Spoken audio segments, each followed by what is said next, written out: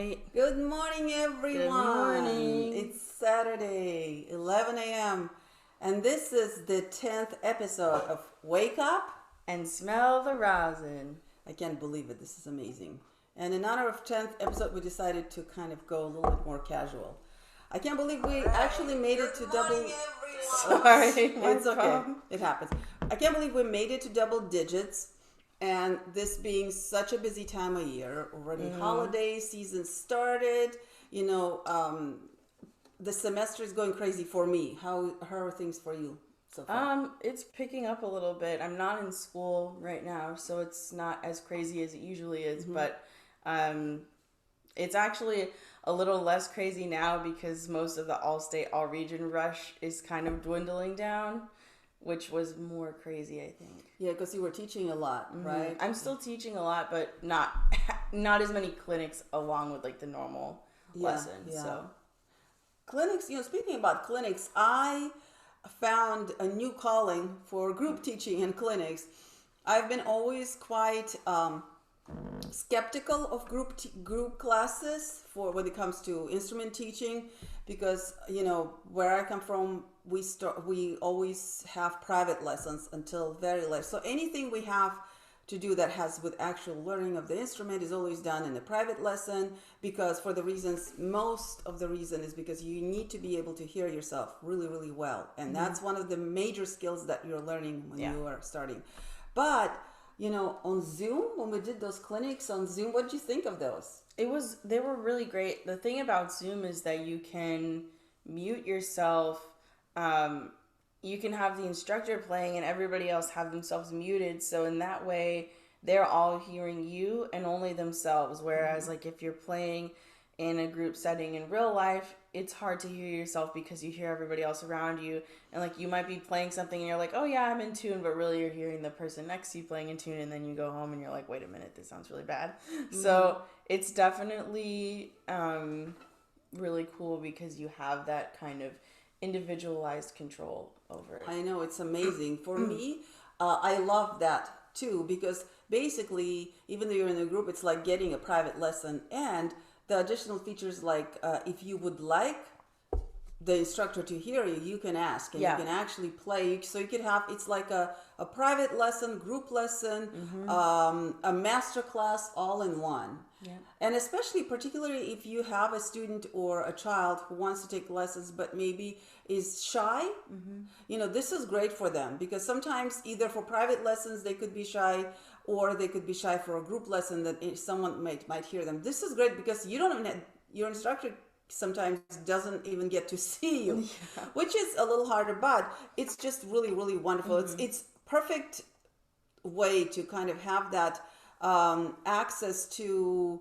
a group lesson, which group lessons usually tend to be a little bit more affordable, and but yet to get almost as much out of it as you would get out of a private lesson. So, and speaking of that, the sound is improving definitely through the apps. This is wonderful. And that's what we're talking today about. It's all about the sound production. And it was because last comment you got, right? You had a question. I had a comment last week from Claudia, I think, asking about sound production. I think she might be a violinist, but but still, it was kind of, you usually read the comments. So so it was, we were asked to talk about some tips for sound production, and you gave her a great tip, which we will talk about later. And I love today. It's the cutest and the tastiest analogy of sound production ever. So stay tuned when Esther will encore that for us a little later. Literally that. So thank you. I think it was Claudia or whoever it was for asking us that question. But of course we gave a tip, but of course we realized that you need a whole thing about sound production. Is basically that's what we do, right? Yep. In fact, I often tell my students, if you notice when the students tend to rush or confused or jump in too early, it happens a lot of times in places where there may be a lot of rests, or maybe when you have a stroke that requires a little bit of silence between each stroke. And I always joke with my students, and I tell them, I tease them, I say, this is just, we're just paranoid about silence. We just have a silence phobia because we get paid for making noise. That's what we are all about. And so, so today we're talking about that major goal of every musician. It's, music is all about the sound. And it doesn't matter, how beautiful your bow control, like your bow arm is, how fast your left hand is. It doesn't matter, how great are the pieces that you're playing. If in the end you either have no sound, you either don't make any sound, which would be ridiculous, or the sound is just not pleasant enough for people to want to hear, then guess what? All your work is in vain, right? Mm-hmm. So as someone who, as a pedagogue, I encounter usually, like if I go very general, usually when a new student comes to me, most of the time they're usually like balanced toward like the natural gift of a student. I notice usually it's balanced a little bit either toward the left, like being fast and very like agile in the left hand, very organic on the instrument. Usually those students, not everybody, but it seems like they're leaning toward doing more here and not really noticing the way they sound. And so they usually don't have a great sound, and that's what they have to work on. And there are others who, oh my goodness, I have these students, like, it doesn't matter what they play. They could play chopsticks on the violin, and it sounds amazing. It sounds like Beethoven's symphony. And they don't usually even know how they're doing it. It's just one of those natural tendencies. But those students very often have a little bit harder time getting around the instrument here.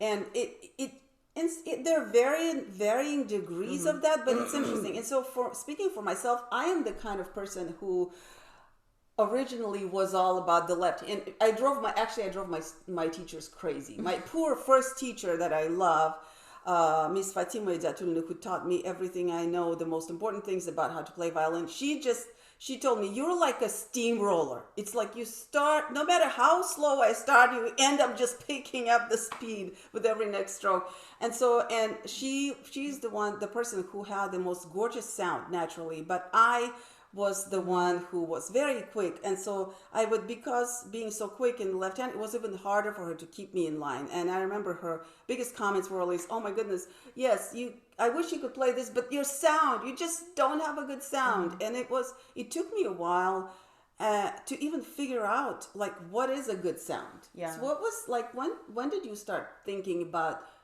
the actual sound that you're making and caring about it and thinking that it's important?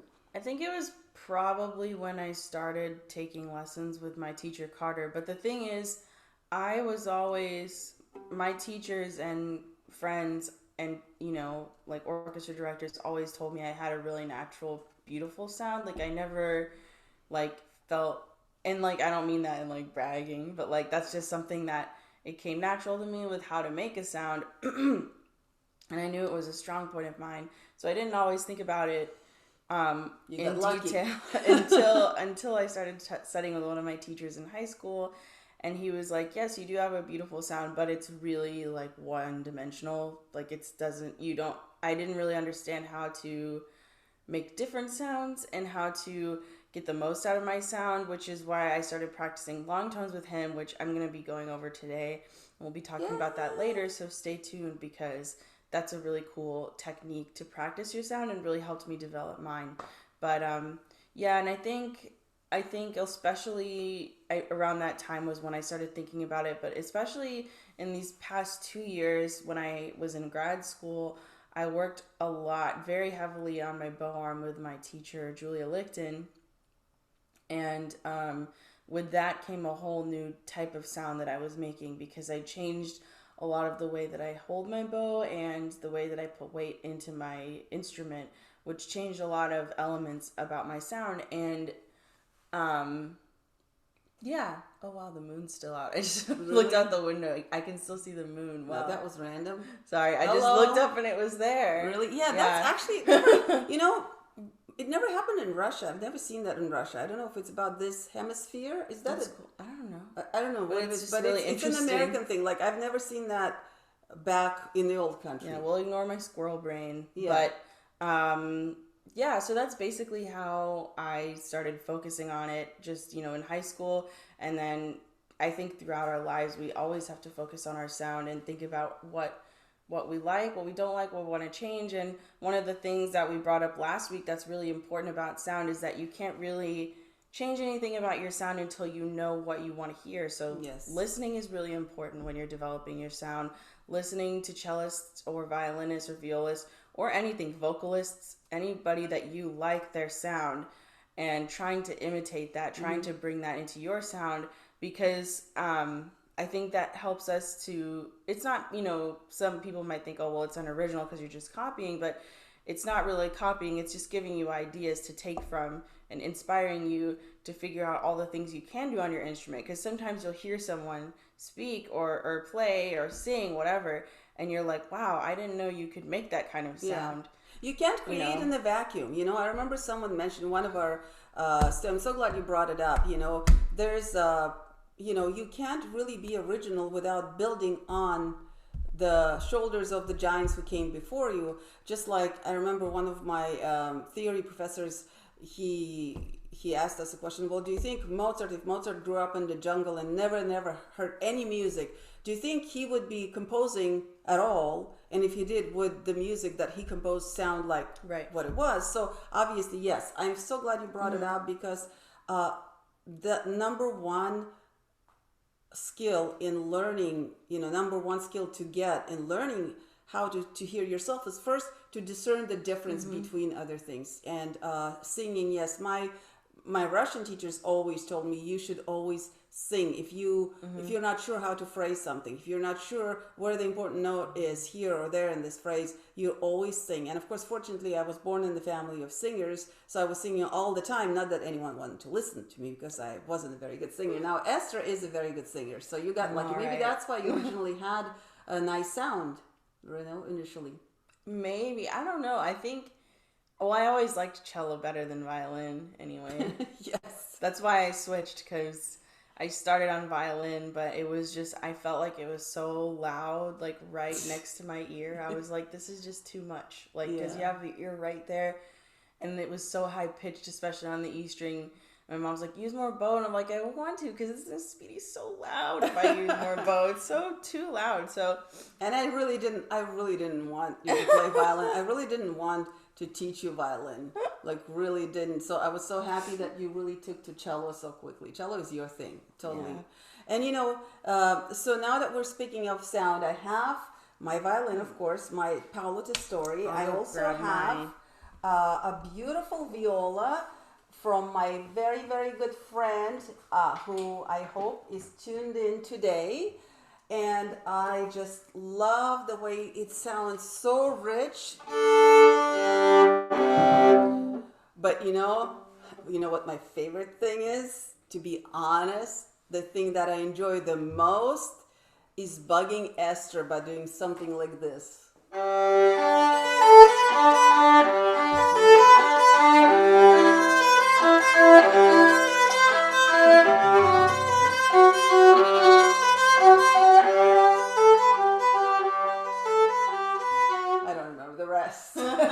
But so there's so much cello repertoire that I absolutely adore, and of course I can't play because I'm a violinist. And so I remember when Esther started cello, and she progressed very quickly, and then she started playing all these amazing cello pieces that we all love. And as a performer, my hands were itching to play those, but of course on the violin they sound lame. And then all of a sudden I realized if I could just learn the alto clef, I could do this. And so that was like my gateway into like cello, some of the cello rap, not just professionally, but just to play it for fun. Because cello sounds so rich. I love that. I was just talking to one of my students yesterday, because she's just learning the cello. We started from scratch a couple months ago, and she's doing great. She's progressing really well. Wonderful. And we've mostly been working with the D and the A string, so working on D major scales, and like just in that area. So yesterday when I was pulling up some music, so she kind of had a break, and she started like playing around with the C string. And I was like, yes, I like the C string exploration. And I'm like, honestly, I love the C string, and I was talking about in the Brahms, I think it's the Brahms E minor sonata, I told her, I was like, there's this part where you just get to like rip the C string and the piano is playing and you're just like ripping on the C string, and it's awesome. And I was telling her, I was like, that's one of the funnest parts of playing the cello, so you can look forward to the C string, but it's fun. But the variety of sounds that we can make, I'll be back. I'll come back here too. So what the first thing that I think sometimes as string players we take for granted is the variety of sounds that we can make on our instruments.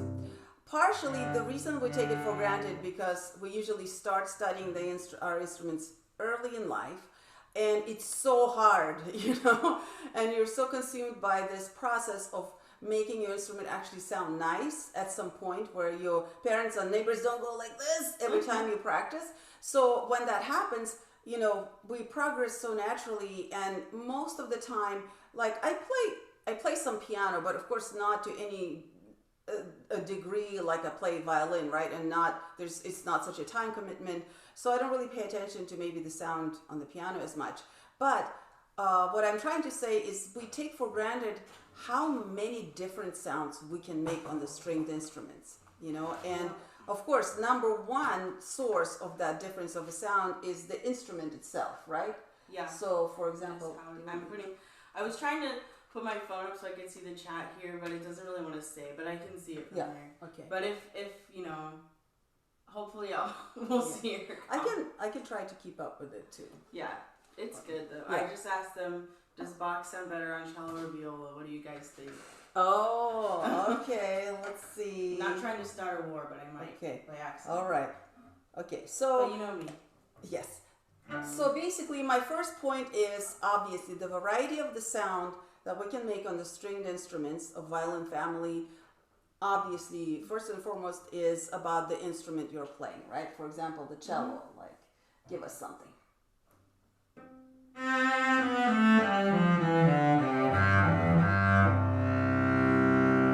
Like, suppose I can play that on the viola.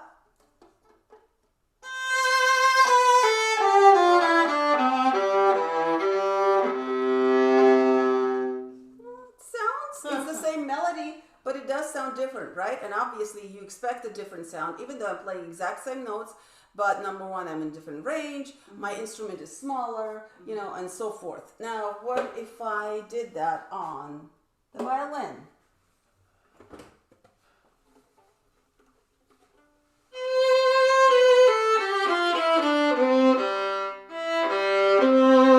Oops, I went a little bit too low. Yeah, so obviously, number one, and that's what we all think, I think. The minute we think of a better sound, of a beautiful string, string playing sound, we think our mind goes to violin, viola, cello, right? But on each instrument by itself, there's so many different sounds that we can make. For example, on the violin, we can go from this.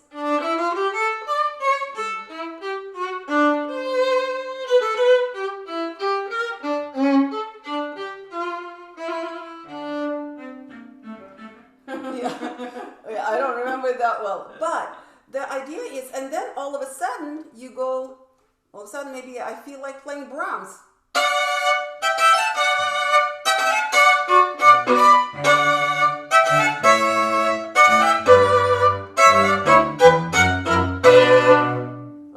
Okay, almost. You almost got it. But the idea is, how do you even such polarized sound, such amazing polarizing things. Not only the control is different, the amount of the volume is different, the register, the fact that we can play double stops and so forth. How does that even work on the violin? For example, on the cello. Can you double stops? Yeah. Do you do anything with double stops on cello? Yeah, of course. Yeah. We do double stops. I'm trying to think of a good example. I guess I could stick with the Bach suite. So we do chords.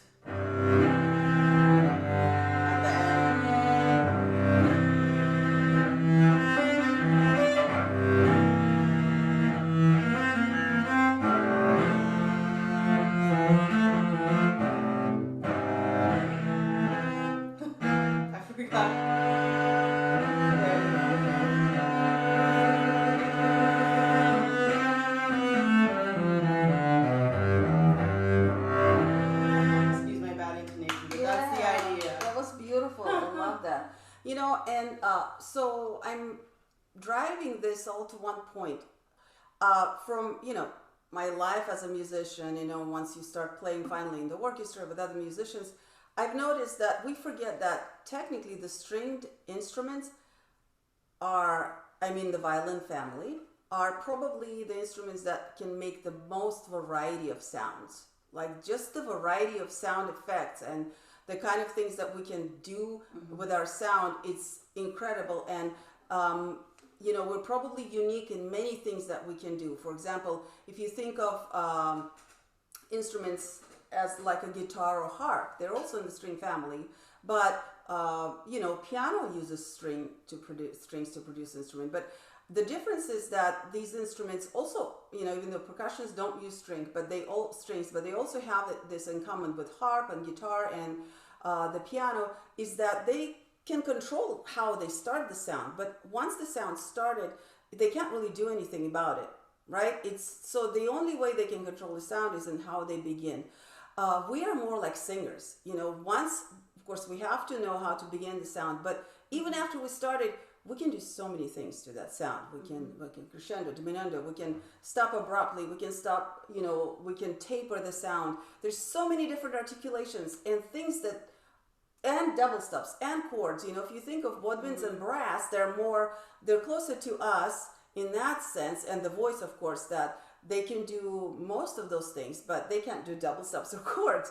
So when it comes to the variety of we call it sound effects, just the things that you can do with your sound, it's incredible how much we can do.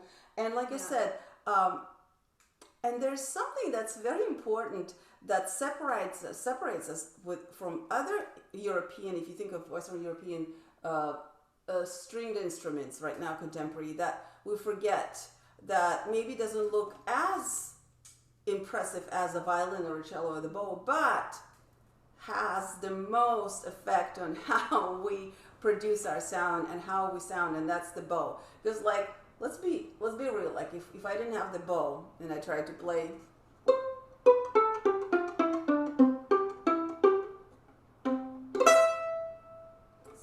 it's kind of cute, but there's nothing else I can do, basically, just the pits, right?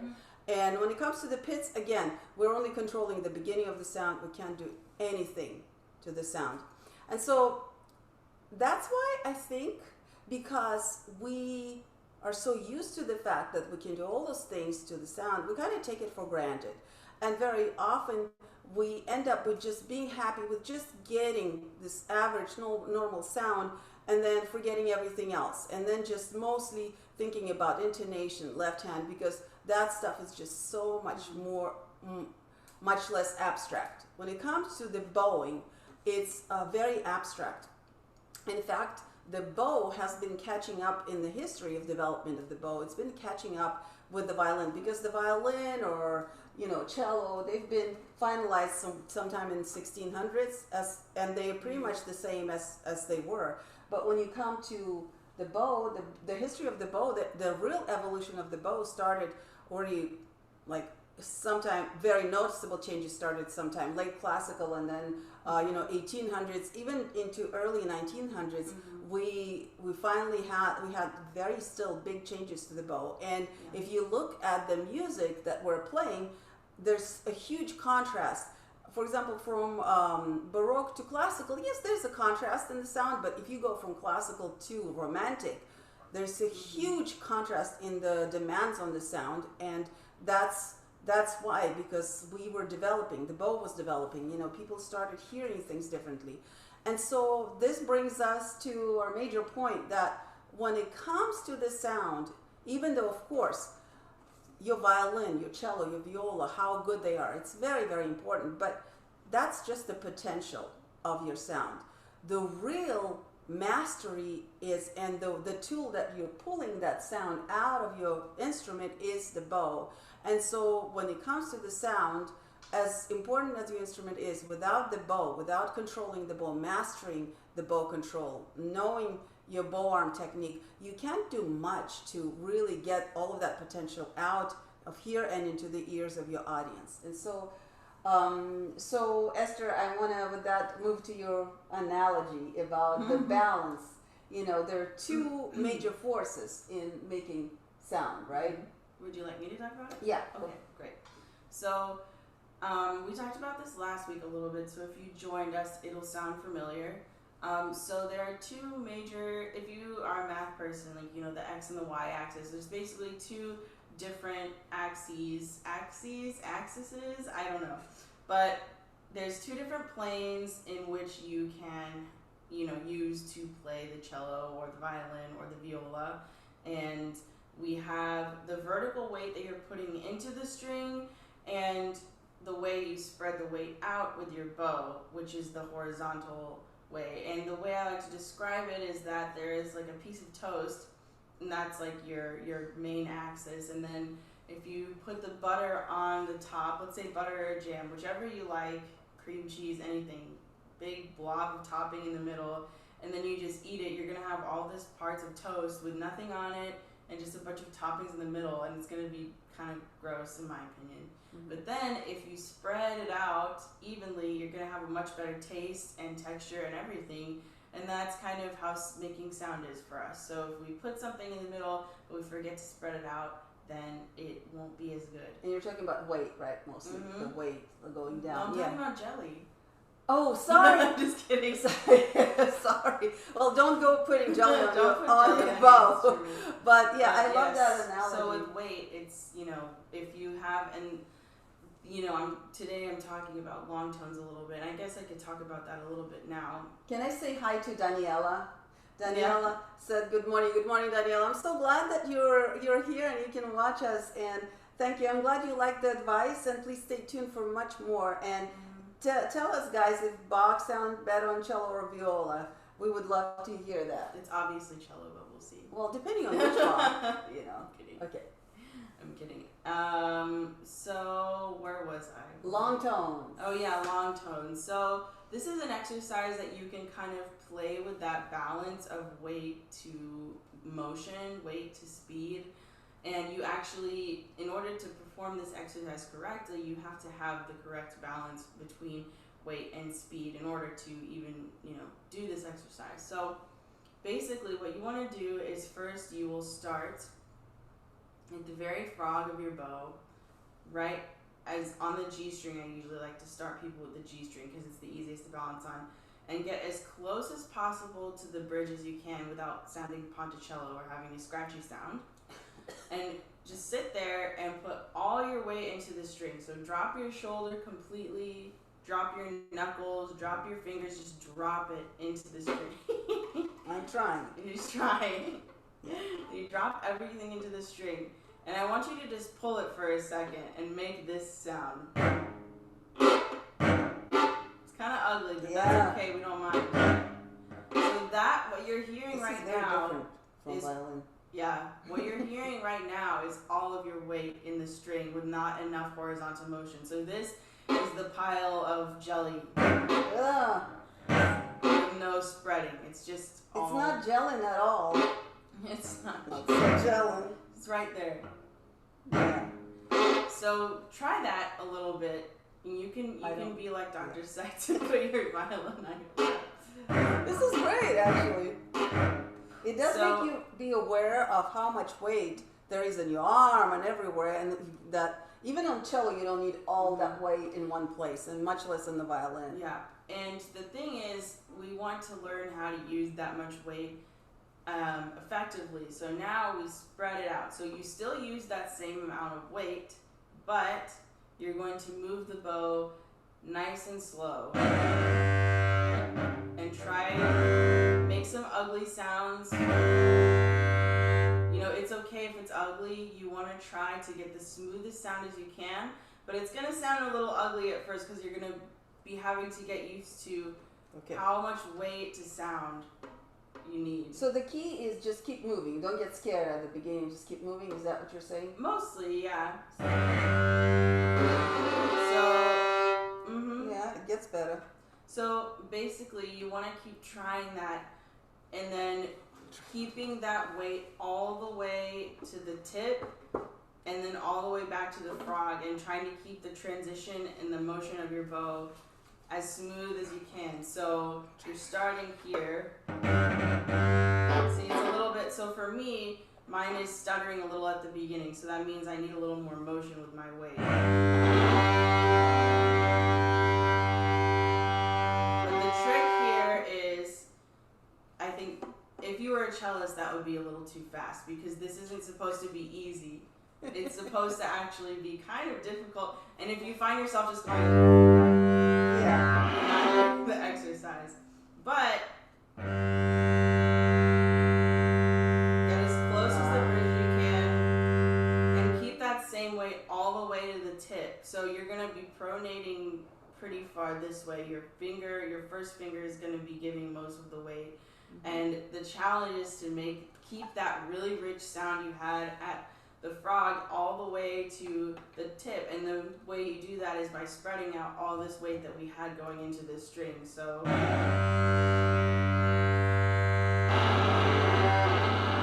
can't do that.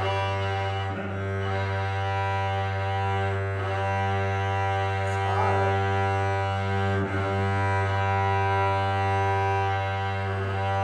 You'll be able to hear all those overtones because, it's kind of fun to listen to, because after a while you're just hearing that tone for so long, you start hearing all the different you do. That's overtones. True. But what I will say is, don't do this exercise for more than a few minutes at a time, because we're not going to be using that much weight on a regular basis. There are times when you need it, like at the beginning of Elgar. You need to be able to sustain that weight all the way through the tip for those chords, but you're not going to use that kind of weight when you're playing Bach. So it's just an exercise to help you be able to see how much weight and speed you need to have a beautiful sound, and how much you can actually put in before it becomes ugly. So it's kind of like, it's a sound developing exercise, but it's also just kind of a fun exercise to see what you can do and what different sounds you can make with your instrument. And the point is to just keep as much weight as you can in the bow while keeping a beautiful sound and keeping it even throughout the entire bow. That's amazing. I think someone said, oh, Stephanie. Hi, Stephanie. Hi, Stephanie. Thanks for tuning in. She said, loving all of this as a singer who is always working on an easy, beautiful, sustainable sound production. The analogies about weight distribution are really helpful and applicable to me too. Yay! Really? Wow, that's amazing. That's awesome. Feel free to explain how that works for the singers. That would be very interesting. But my teachers, that was always the human voice has always been our goal. My teachers always told me, you want to sound as close to the human voice as you can. And so, and actually I had two very close friends back when I was in Moscow Conservatory who were singers, and they always told me otherwise. They always asked me to play their arias for them on the violin, and they loved how they were saying they could very clearly hear the phrasing, because on the violin, again, the bow, we can use slurs and other very easy ways to vary the articulation that help us to phrase. So whenever I had those friends, one was coloratura and the other one was the mezzo, and the coloratura talked like this, and the mezzo talked like this for some reason. I don't know. So you could never guess who was which if you didn't hear them sing. But they would always come to me, and like I remember that little hallelujah.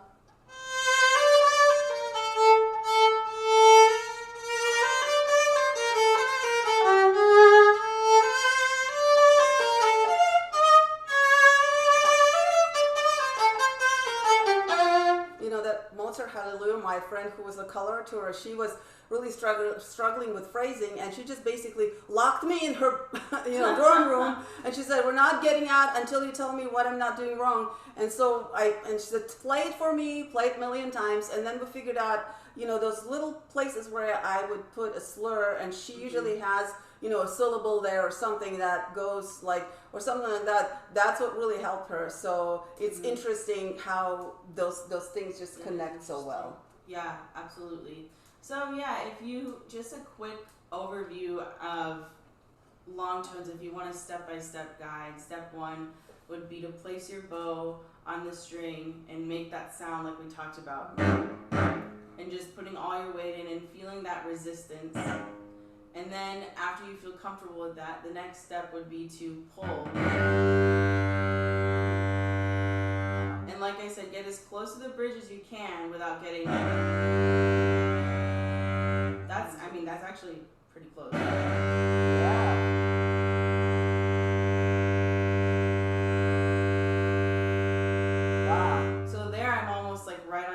Bridge, but you'll be able to. I can't believe you didn't get any ponticello at such a slow speed. Wow, bravo! It's crazy. That's hard. It's really good.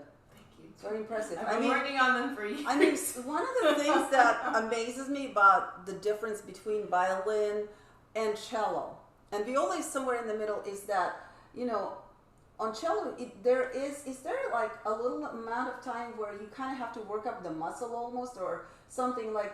Because I feel like you do have a little bit of more of an element of that strength sometimes in the playing that's involved, or not.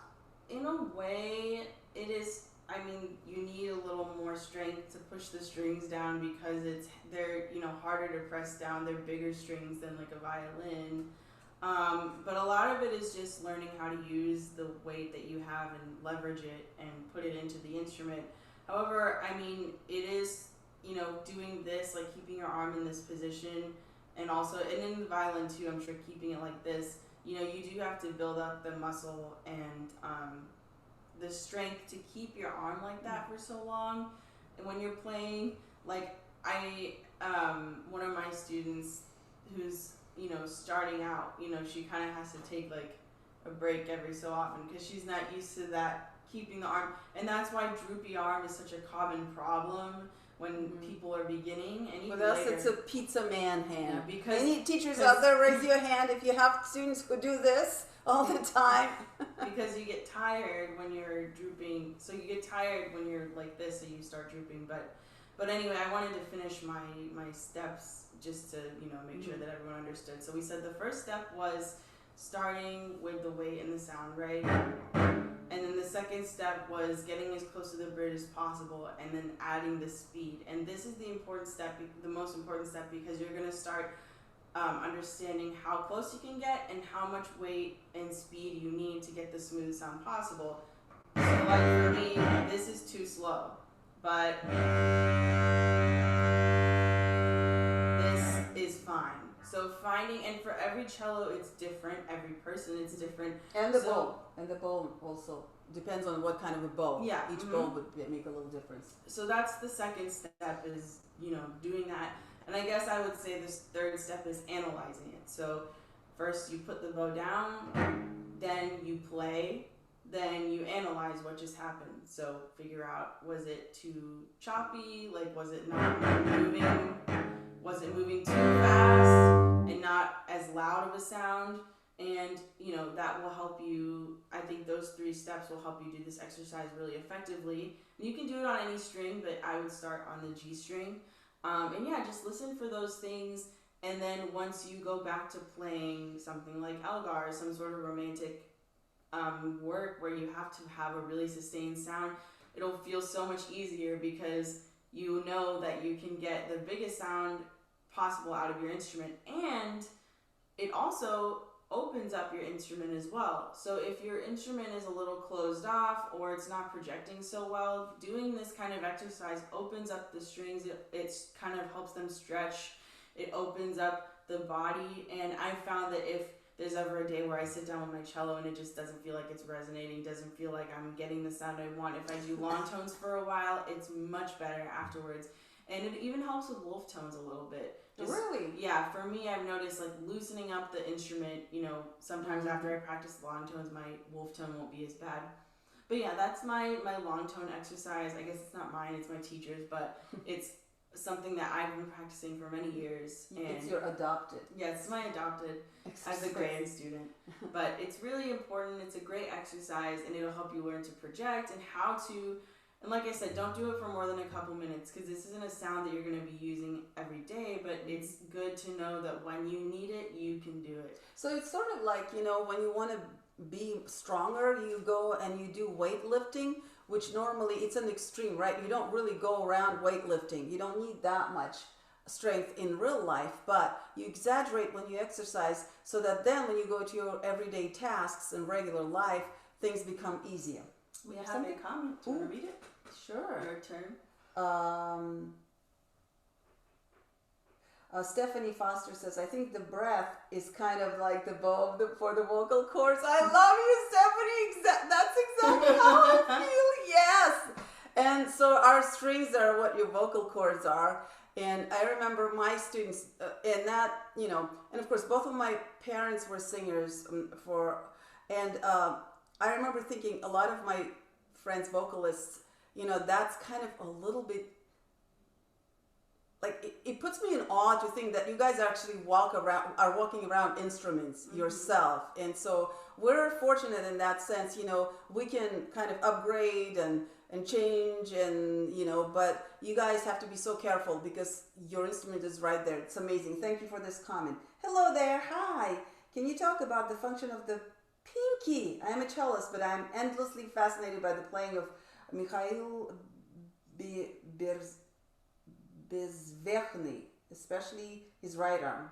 Okay. Bezvechny. So, as far as the question, pinky function for the cello bow, the pinky doesn't do much. I know for violinists, you guys have it on top of the instrument. And we'll talk about that. That's very important. Yeah, you should definitely. But for us, at least in the teachings that I've experienced, my pinky, it generally just rests on right here on the frog. I usually tell people, like, right on that little, if you have like a little mother of pearl, mine is right there over it. Yeah. I love that. You put That's it my favorite spot. You just know that your pinky goes just around there. But when you play and when you pronate, so if you're coming out here, and when you pronate, you'll see my pinky actually does come up, and it's actually more on top of the bow here. It doesn't stay like this. It's fluid. So the pinky doesn't have a huge function in itself. Like, I could, you know, play with my 3 fingers, okay, but it does, I think its biggest function is the balance. It helps you balance the bow. So it's not really putting any weight in, but it's the way that it moves along with your bow, whatever direction you're going. It's a balance thing. It helps you balance the weight of your bow. And so, like, if you're starting something up bow, like all the way out here, like, I'm balancing the bow. When I pick it up like this, I'm holding it kind of with my pinky knuckle. I'm balancing it there, and I'm kind of like keeping the weight here so that I can then push it with my other fingers. So for me, the function of the pinky it's very important, but it's not, the point is not weight. The point is not to put weight in the pinky or to keep it stationary. It's for it to be nice and fluid and to help with balance. So it's always in contact. I know some people, they tend to lift it when they come out sometimes, which is fine. Like, you can lift it out here, honestly, if you're playing, but you need it when you're coming back for that balance. So when you practice, just pay attention to how your pinky naturally moves, and don't glue it down. Just let it move how it would naturally move. It comes up a little bit naturally because you're pronating or leaning your hand inward. And then when you come back, it's back here in this stationary position. So that's what I would say about the function of the pinky. Not super complicated, but just, you know, keep it relaxed is the most important thing. Let it be fluid and use it as help to balance your bow and the weight in your bow. Because the weight, even though it's primarily coming from here and through these fingers, this finger is the one that's helping you balance all that weight. Can I talk about the difference? I mean, you can continue. Yeah, just no, it's good. Okay. So I wanted to pitch in. This is a great about the pinky on the violin and viola, and I want to tell you this funny story about Esther. You remember she mentioned that first I taught her a little bit of violin, which I didn't want to, but she begged me since she was 3 years old. When she was 3, I just found a harp group and put her in the harp group, so that kind of distracted her. Then when she was 5, she was just relentless. And so I taught her a little bit how to hold the bow. But the funny part, then when she was about 8.5 or 9 years old, we finally, went for her very first cello lesson, and that was it. But after that was at least 2 or 3 months. I remember that your teachers were joking about her pinky because she kept doing this with her pinky on the cello, and they were saying, "Oh, you must have been playing violin before you started playing cello." Is there a comment? There's a comment in Russian, actually. I can't Oh, read wow. it. Awesome Russian comments. Безверхний. Thank you so much. So you speak Russian. That's awesome. So Mikhail Безверхний, thank you so much. We have to check him out. Do you know? Yeah, I've heard of him, but I haven't actually listened to a lot of recordings, so we'll have to delve into that for sure. Wow. So привет. If you speak Russian, привет. Hello. That's wonderful. So thank you so much for your comment and the question. Yeah. And I hope that helped with the thing. You can always say if you're still confused or if there's other stuff you want to just type in the comments. But I hope that was, No, that was great. And because I wanted to mention, actually, that's what on the violin, it's actually a bigger issue because as you can notice, like let's see, here's so let's see the length of the bows, how they compare. Mine is shorter. So the cello bow is quite shorter, and also I can't really see it on the screen. Okay, let me. So, okay, let's go like this. You see, guys. So the violin bow obviously is thinner. It's like a model. Really like. Well, there are different models nowadays, so I'm gonna go there with that. But yeah, forget that. I said that. Yeah. But anyway, so it's kind of like really long and and thin. And so another thing that I want you to notice, guys, if you put the bow across your strings, just normally, look at the difference in the length. Let me grab the violin. So, okay. So look at just the proportion of the length of the violin to the width of the strings. Do you see how much we have hanging over? Like if you put your bow by the frog, you have some leveraging to do, to keep control of this part at the frog. And that's why it feels usually so heavy by the frog, because you're leveraging, and what you were talking about, the pinky was perfectly, that's what your pinky is balancing, right? Now for us, look how much more we have to balance, right? And so I think that's why for us too, a pinky is very important. And then another thing, if you can think, the gravity is kind of pulling you there. So you don't have to worry about, Here the pinky is, it also is kind of like a steering thing too.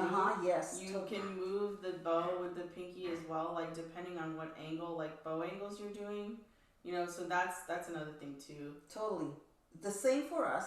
But you guys have a luxury of kind of grounding the instrument into your body, and then you can kind of pull it. And so that's why I think, that's why it's better for you to have the pinky here, because it just kind of naturally pulls the bow into the instrument, because you have this nice, steady, kind of grounded instrument. For us, it's like this, so you need that grounding. You see, if you think we are right opposite gravity. So we're like 90 degrees. If you think gravity is pulling this way, we're exactly 90 degrees opposite gravity. And so that's why for us, if something goes wrong, it's literally up and down. The bow, if I'm not leveraging my bow, it's going to go right there. It's going to dip, right?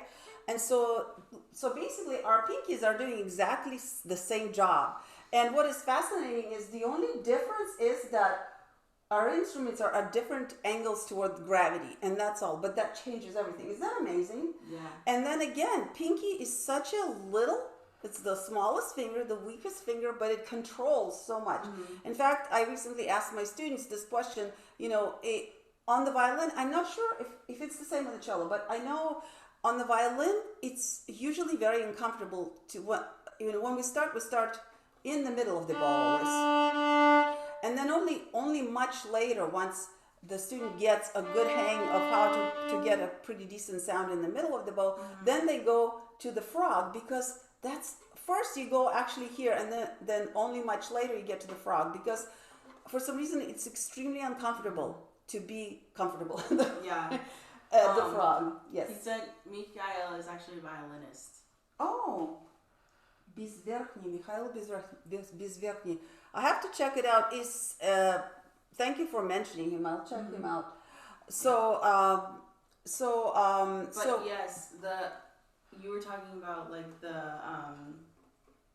the frog. The frog, yeah. For us, it's easier for us to sit here, and people don't like going to the tip because you have to It's very uncomfortable. You guys, now it's not so uncomfortable because I learned a lot of how. Let me move my hair so you can see, but how to use this muscle right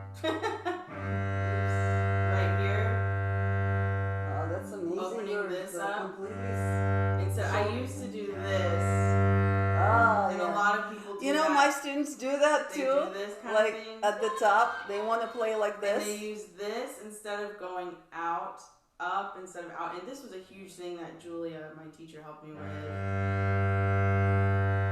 And that way, like, I'm already all the way out here, and I still have so much arm space left. I'm not, like, straight out. But for us, getting to the tip is a lot more complicated than... So usually most students, when they're playing in the beginning, they're in this general area right here. Yeah. For us, it's the opposite. My students hate... In fact, if my students... I would sit sometimes, like, suppose you're playing on the violin, right? Just hold your arm like this. And I would sit here and just push them like that. So get them to the frog. So why is that? Partially because it feels very heavy at the frog, and people are afraid that very thing that you were showing on the cello, we don't really do that. We try to put the weight, but without the arm weight, because it's already heavy enough. Our strings are so flimsy, like they're very thin, and they react to the bow obviously much quicker, right? And so what's happening at the frog, that leveraging that Esther you mentioned, I'm so glad you mentioned it, the balancing act. So that's what I tell my students. Bowing is basically a balancing act, and it's at the frog, it's the worst, because all of that length of the bow is having to be leveraged right here.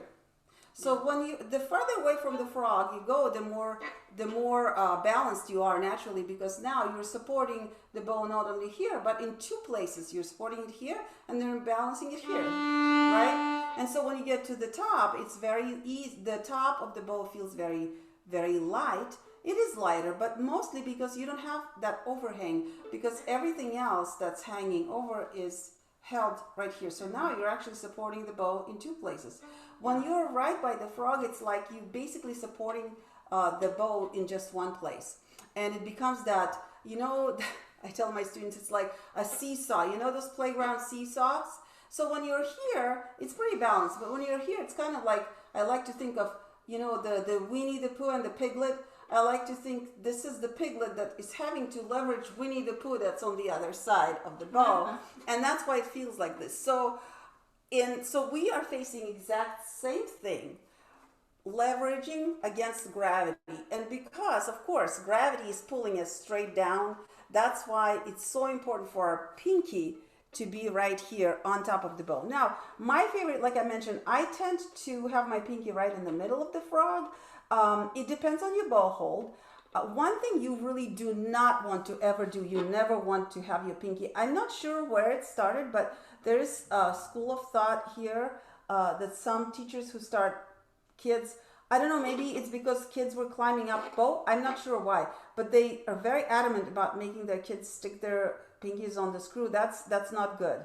And obviously, the most obvious reason, you see how tight you have to be, it's very uncomfortable because the pinky now is stretched, it's very stiff, it's not able to do any kind of flexible leveraging that we need for it to do. But there's a more important reason, and it's kind of hidden, so I'm going to put my violin down and show you guys. So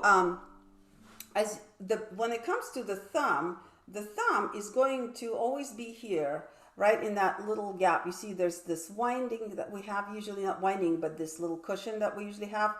And then there's the frog. So the thumb, you don't want it to be here or here. You want it right by the frog. Mm-hmm. And so if you think of that, when you aim for your pinky to be here, then you get the first finger, I call it the first finger, like the left hand numberings, and the thumb locked in together. And you see, that's very uncomfortable because now your hand is not centered at all.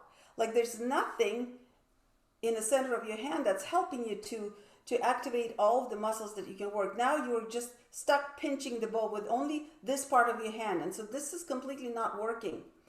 That's I think is more damaging to your bow hold when it comes to trying to get the pinky over there. This is the worst part about it, because then you kind of end up holding the bow here instead of in the middle. And I'm pretty sure that's what happens with the cello hold, right? You kind of more, your thumb tends to be a little bit more in the middle of the hand than right across your first finger. We say it's right across from the middle finger. Yeah. So like just like yeah, this. Exactly. That's what my first Russian teacher taught me, to make a little ring. Of course, that doesn't mean these fingers touch, and now I understand why it was so important. Now, later, I have to be honest, I gravitated a little bit more toward like my thumb being actually in the middle between these two fingers, and I don't think that probably is very individual. And then, like I said, I tend to have my pinky here. Now I have a very short pinky, so some people, they might end up with pinkies further down. That's not wrong. Just as long as that's how naturally your hand falls on the bow, considering that you want that centralized kind of bow hold, where it's all about leverage. It's again kind of like that game, of here and here. You want to be this way. You see, your efforts can be distributed pretty evenly, right? And then the pronation. Oh my goodness, pronation on the violin usually happens very naturally. Like I would very often set a student, and just like you were saying, we put the bow on the string, let the bow, all of the weight on the rest, so we're not pinching the bow, and then we go down. And then usually the student, from this position, the student gets to the end, and they naturally pronate, because just the bow is just so long. The problems with us is that, and it's totally, if you need to let go of the pinky, that's fine, because it's just really long. You want to be comfortable. The problem is with us, most of the students just come back like this, and they never supinate. And this is a whole other topic, but that really, so if, for example, if you have a really beautiful sound, right, and you hear, but you're having troubles at the frog, and you feel like that's where it gets scratchy, and that's why you're afraid to play by the frog, I want to encourage you to really work on your bow hold. Really make sure that you learn how to supinate, which means, and that actually comes from here, basically those two bones, that when we're going away from ourselves down to the end of the bow, you turn right here. So it has nothing to do with wrist. That's another misunderstanding, but it's like 10 volumes of topics about that. So right now, just make sure, if you're having a really good sound at the top and the middle of the bow, and you're not able to continue with a good sound, there's one little thing that you can change that might make it easier. Make sure that you don't slow drastically down as you're approaching the frog, because then, so sometimes just helping yourself to stay light and keep going toward the frog without slowing down, sometimes that actually could help make it better. It's kind of like a quick solution. And on the violin, of course, we do play long tones, but it's the hardest to start at the frog. Like when I teach my students to play long tones, we start maybe somewhere here first. So I highly recommend, if you're not used to playing long tones on the violin, start somewhere here first. And then little by little progress with every bow, make yourself go a little bit lower until you get more and more comfortable. And of course, it's with the violin, like I said, our strings are so thin and our instrument is so tiny, you don't really need a lot of weight. So if you want to learn how to put the weight, mostly I would say just let all of the bow weight go into the string. And then once you know how to start that way, and then figure out what is the bow speed that you need, so you don't start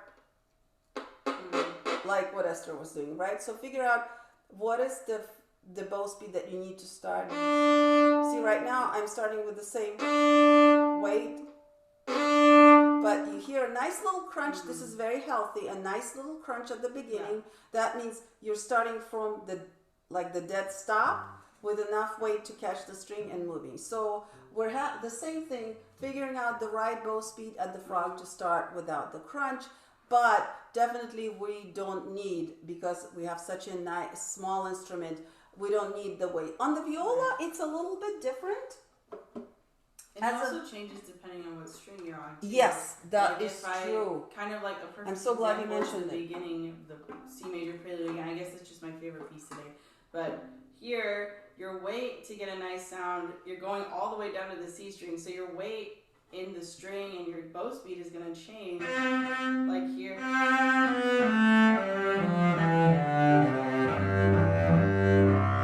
It's a lot more concentrated, and I'm using much less bow as I move down because it takes the string longer to respond and you need more weight in the string. That is so true. And that's what I've, especially, like I said, the Russian school of bowing, I mean, obviously I don't want to make generalizations because nothing is always 100% just.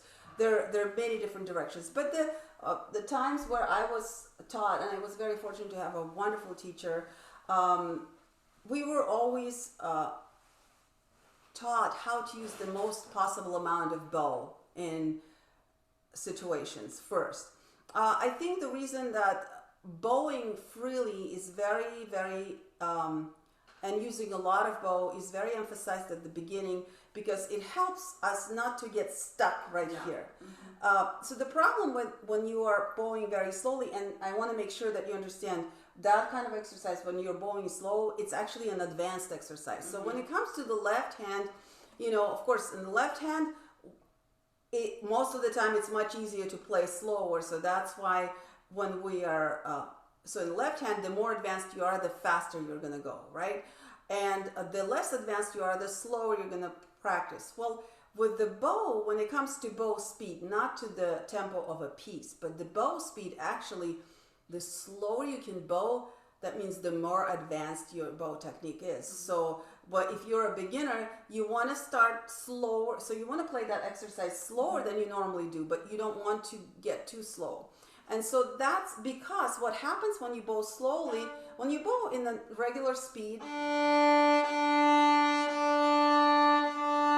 you can see how my arm starts here, then it goes here, then it opens here, and then backwards. You see all those different muscle groups that I'm using? It's like a little, is this a relay race? Is that a relay race?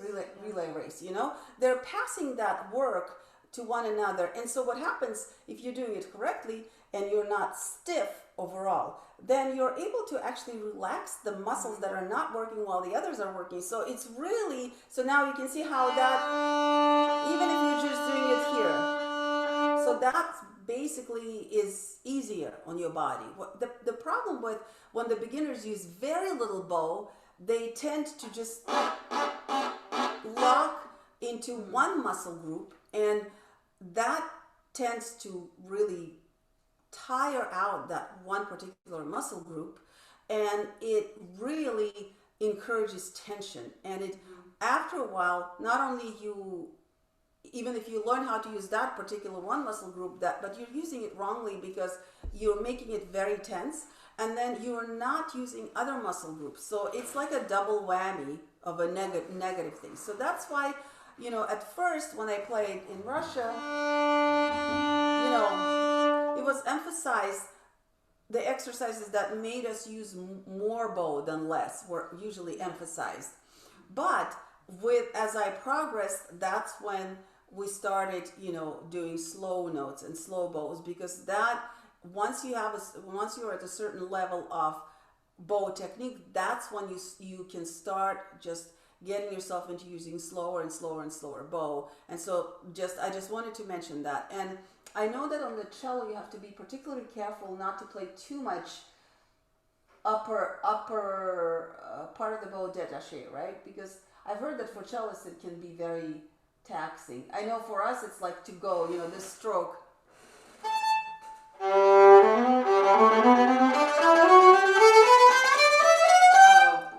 Kind of broad stroke détaché. It's the to-go stroke for violinists, but I've heard that for cellists it's not that. Yeah, for us, a natural stroke is somewhere from the frog to the middle. Like if I were just to play a scale and just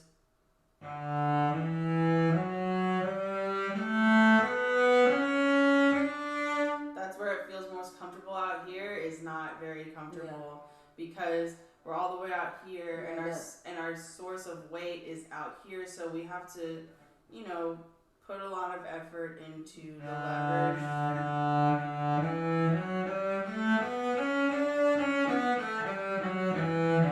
The goal is to be able to have it that same sound you get here, out here. Being able to eventually do that, but no, I would not recommend, because that's gonna make your rotator cuff and your bicep really tired after a while, because you're just, this is not so natural, but this is kind of like with you guys, because you're working with gravity. This is more natural. Being further down like this on this angle is more natural. If you're holding the bow like this, it makes sense that being in the upper part of your bow is more natural than being up here, because here you have all this stuff that you're doing. You know what I mean? So it's kind of the same for us. Like here, this is more natural because it aligns with our bodies. My arm is aligning with my arm, or my arm is aligning with my leg. My arm is aligning. I hope my arm aligns with my arm, but my arm is aligning with my leg. Well, let me see. And you know, like, and your hand is here. Your source of weight is here. It's just easier. But here, it's kind of like you're out.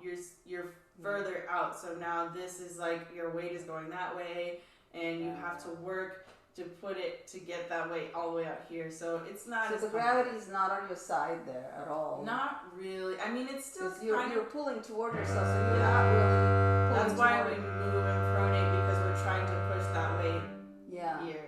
Yeah. But this is a lot more. You have to work harder to get a nice sound out here than here. So maybe I was thinking. So maybe for a beginner, it's better maybe at first to avoid that. If they're playing long tones, maybe it might be a good idea.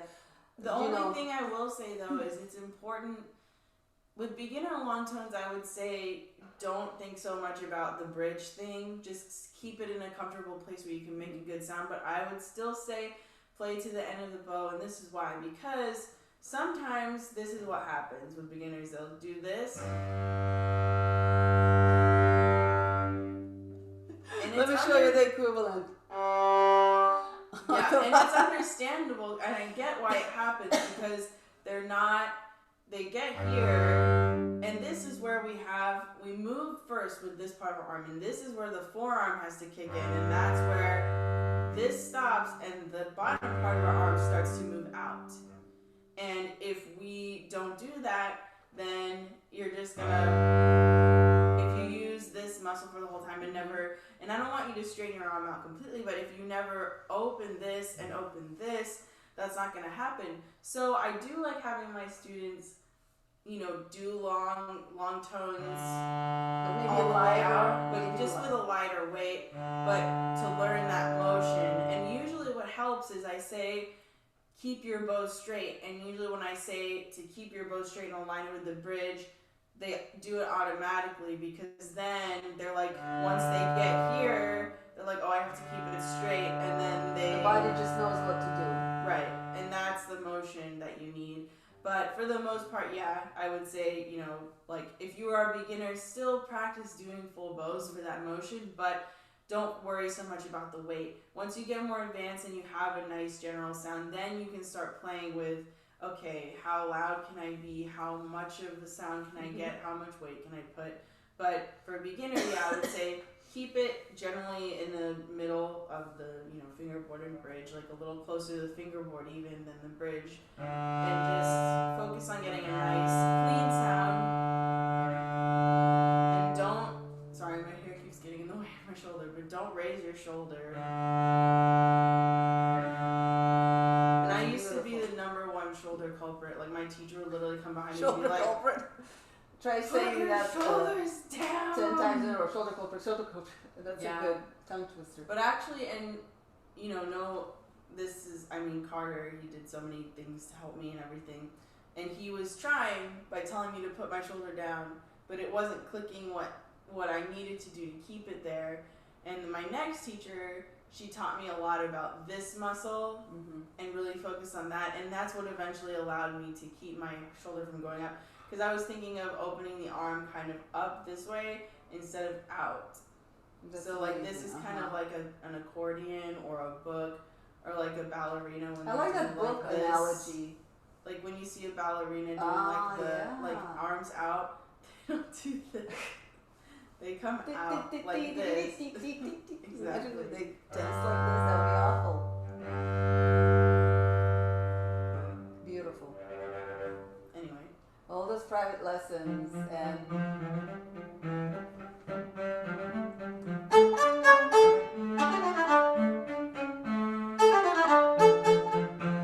I don't know what key I'm in.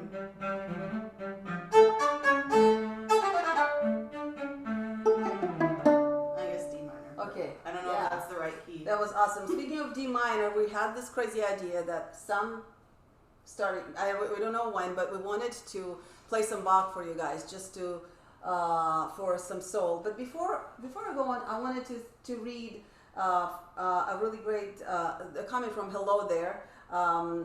Yes, thank you so much. Yes, also Bezverkny is a violinist, and a feature of his playing is fluidity of his pinky. So I'm going to definitely check it out. Thank you for, I've been living under a rock lately, to be honest. So busy teaching, very blessed, have a giant studio at UTRGV this year, 25 students. Very, very happy. The students are doing great, but thank you so much. I'll definitely check it out, and thank you for subscribing and joining us again, guys. So one more comment that Stephanie mentioned, I don't remember if we read this one or not, but she said, I sometimes apply too much weight to my voice, which obviously affects the tone and diminishes my ability to phrase and shape pieces both in terms of artistry and efficiency and sustainability, which that's basically what happens with us. And that's really neat to hear that you guys deal with the same thing with your voice, because that's true. Like if there is a certain kind of weight you have to your speaking, and I'm sure on your diaphragm too. Pressure, whatever. It's really interesting.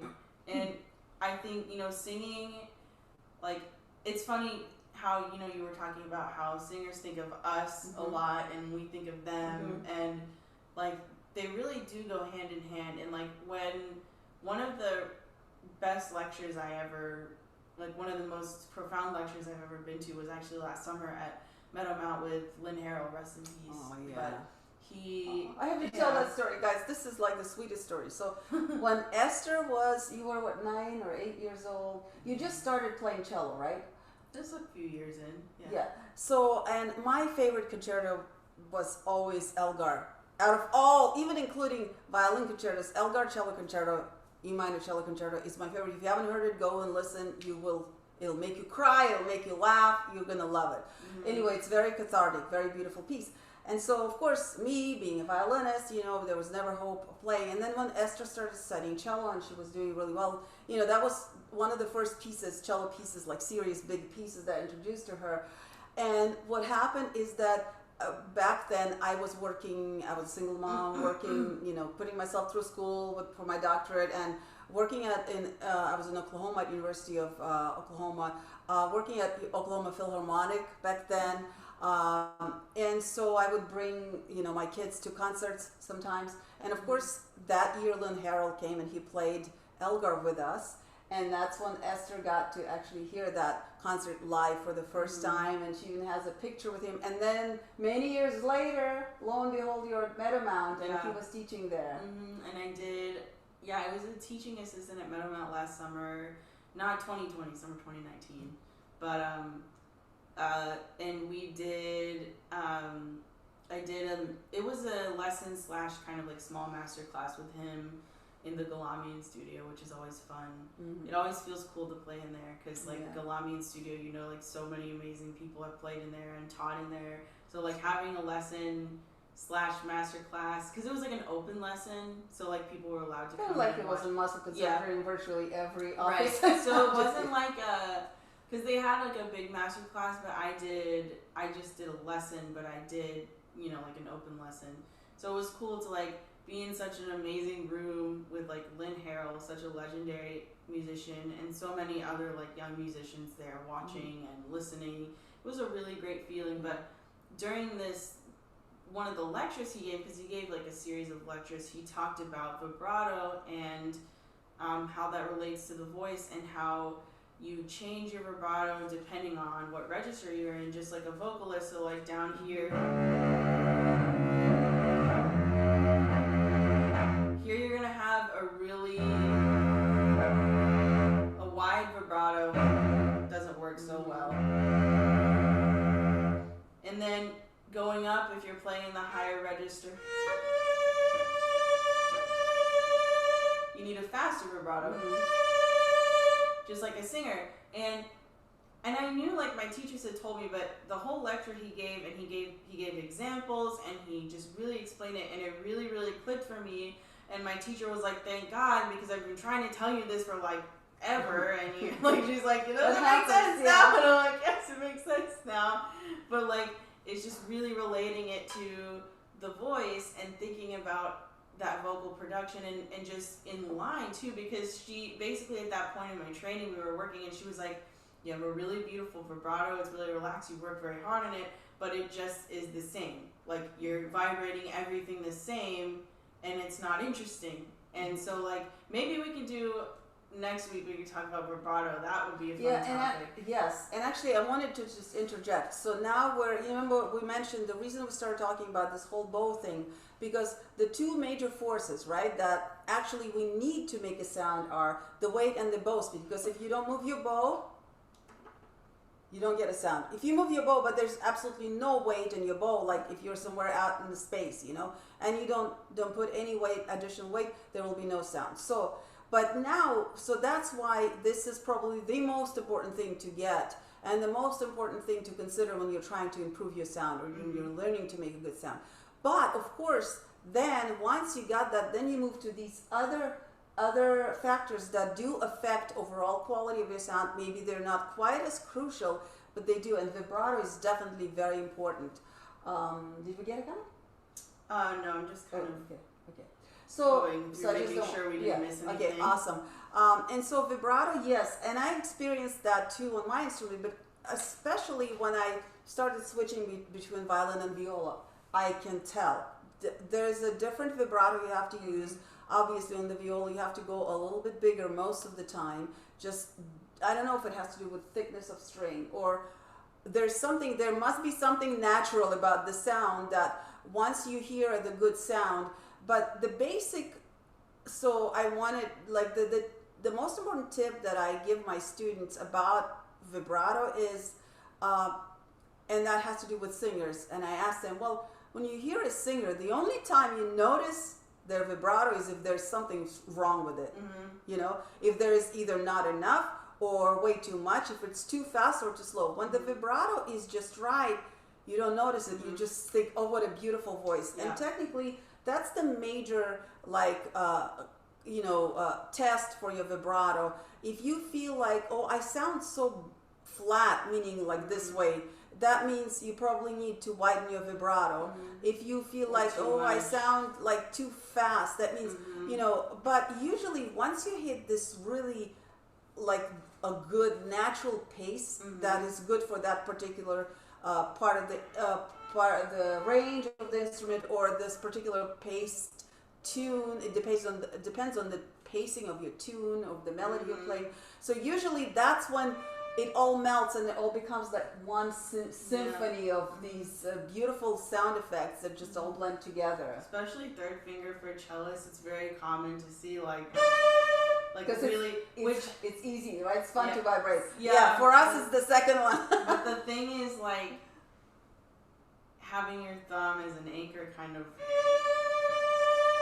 and it doesn't sound so crazy, but it's actually better. And it depends on what you're playing, but it is interesting, especially like working on orchestral excerpts so much in the past couple years, like learning how to have a nice vibrato that blends, like, that's super hard.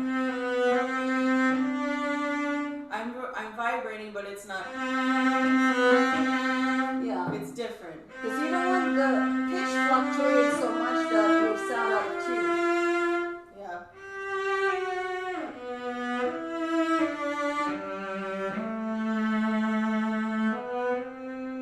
Lessening the vibrato, tapering it there with the bow, you know. those things. We'll And talk again, about that. you know, That would yeah, be a fun episode. great. And then of course bow placement affects the sound greatly. And you mentioned it at the beginning. You know, if you want to. And it's the same actually on violin and viola. The more weight you're trying to put into the sound, the closer you want to move to. Because you see, the strings are very tight, are much tighter here. There's much more dense tension. There's much more tension here than here. You can just feel. And obviously, if you have to do something very, very forceful,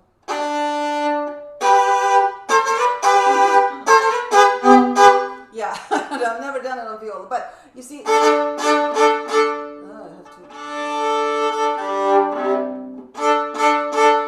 right here, your instrument can definitely take much more beating, so to speak, because, and you can even let some of the weight of your arm fall, as long as you're here where the string is very, is not quite as responsive, and very, very, it feels very stiff here, like, but if you try the same amount of force farther away from the bridge, the strings are much more responsive, they're much more sensitive, so it's going to crack and it's going to be ugly.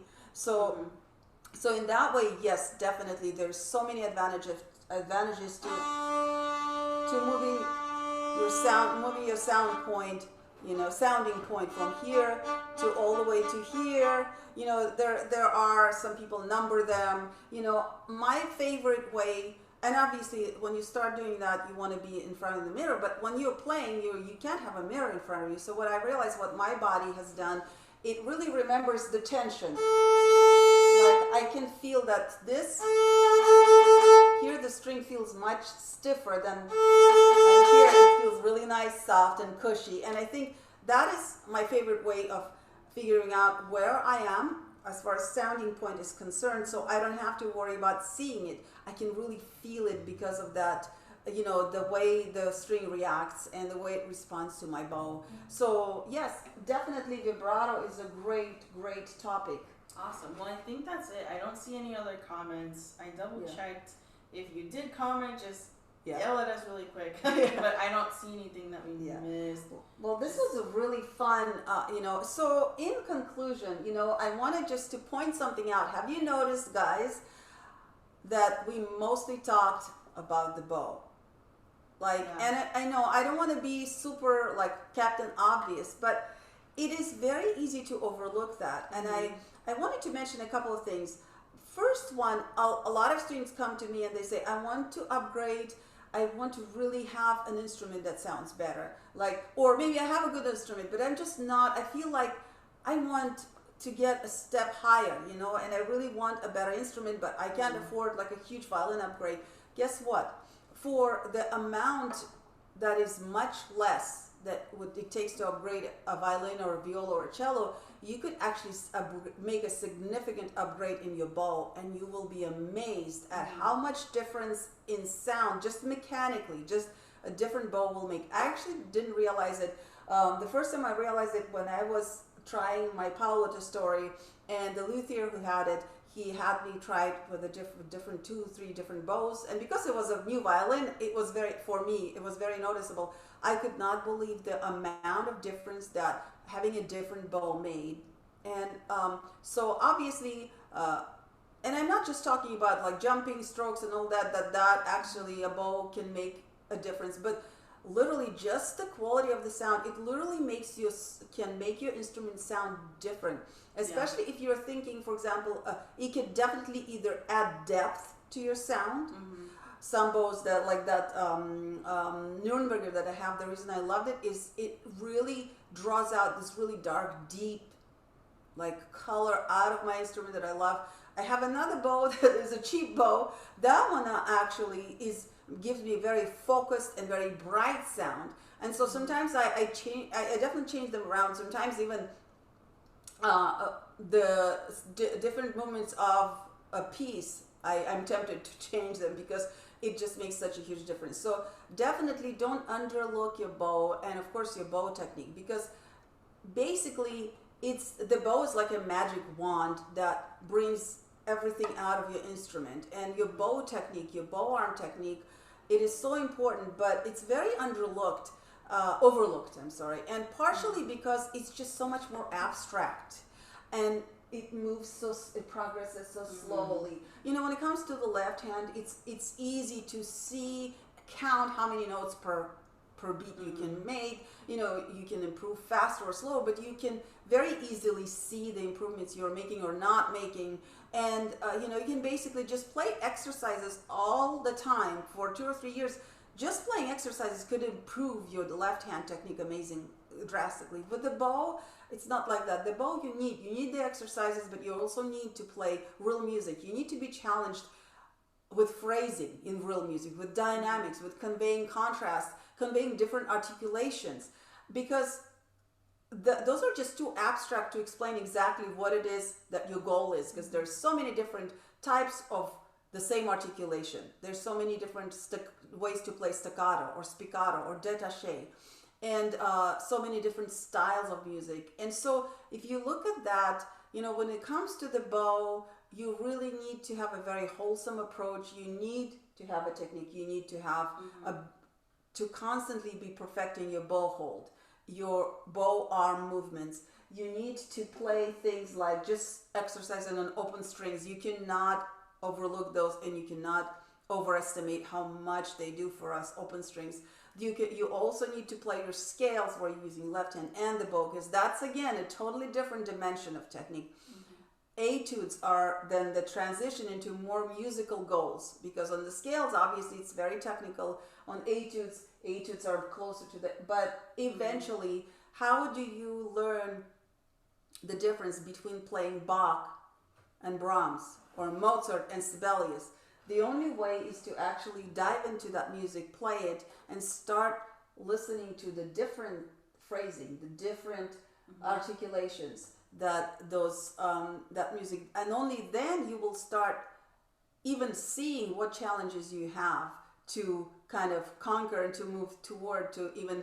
And you would think, oh, I never even heard that in my life. Kind of like when I started speaking English, you know. Russian vowels are very much like Spanish or Italian vowels, a, o, u, e. You know, they're just very, pretty much one-dimensional. Like they sound pretty much the same in every word. And then in English, there's like the word kiss and keys. You know, like words like that. I shudder to think. I would never want to hear myself speak English when I just came to this country, because for about a year or so, I remember that moment. It was well after a year of me speaking English language here when I realized that, these are not exactly the same E sounds, or that's not an A sound that I thought I was. And then only like after a year, obviously my accent was much stronger at the beginning, because I didn't even hear that there was difference between kiss and keys, you know, for me. And so you realize once, so that kind of happens when you start progressing and thinking of your sound, not just in technical terms, but actually within the context of the music, real music. That's when you start even first hearing things that you didn't even realize were there. And so that's why sound is so amazing. And you have to remember, it doesn't matter what you do here. If people don't like what you're doing here, if the sound is not pleasant, in the end, no one's going to want to hear it. So, great. So that's it. Thank you guys so much. This was so much fun. I think I would love to talk about vibrato. Yeah, let's do it next week. Well, I guess I say I'd love, but to be honest, vibrato, I will come clean and I'll say, as a teacher, vibrato is probably something that I hate teaching the most. Yeah, and I don't know if you're with me on that. It's hard to teach. It is very hard, and we'll talk about that. But thank you guys. That was really fun. And just so you know, we thought of a fun project one of these days during the Wake Up and Smell the Rosin.